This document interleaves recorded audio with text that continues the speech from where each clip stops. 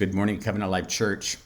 I normally come to you for this midweek message from my office, but right now we're updating the offices. Long overdue, 20 years now that those offices have been rocking along without a fresh coat of paint or new carpet or other things. And so my office is in disarray.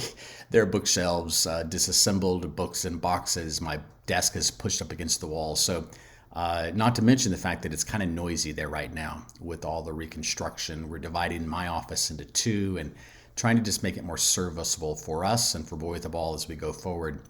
I'm thankful this week for what seems to be good news surrounding the pandemic, the coronavirus. There has been a pretty drastic reduction in infection rates. There's been a drastic reduction in hospitalizations and also in deaths. And speaking as one who has been personally touched by this virus, as have been many in our church community, and of course we've lost very dear loved ones to COVID-19, I'm grateful that there seems to be a downward trend in the curve. And I'm also grateful that there seems to be positive news surrounding vaccinations. Now, I'm not interested in getting into an argument with anyone about the validity of vaccines or whether you should or should not take them. My point in speaking to you today, is really how many people in the world, humanity itself, puts its confidence only in humanity. Regardless of the validity of a vaccine or not, and trust me, I'm very grateful for the advancement in science, in medicine. I'm very grateful for those that are on the front lines that are fighting towards finding a cure, finding a vaccine, finding therapeutics, especially for our own medical people that are in our church community and around this community. We're grateful for each of you. But we can't put our confidence in our solution.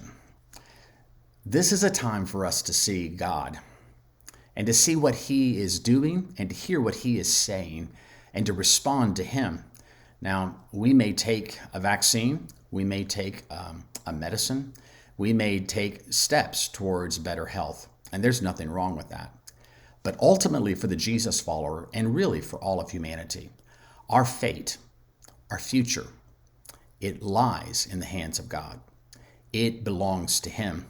And we can't put our confidence in anything except the name of the Lord our God. It reminds me of a psalm that David wrote, Psalm 20, and it's speaking to this. I want to start specifically in verse 6, and he is speaking as God's anointed king over Israel.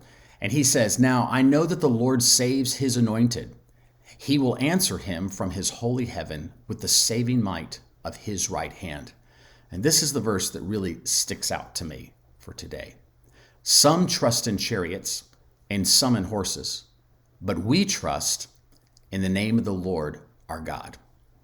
Now, if that psalm were being written today, it might read something like this: some trust in science, some trust in medicine, some trust in vaccinations, but we will trust in the name of the Lord our God.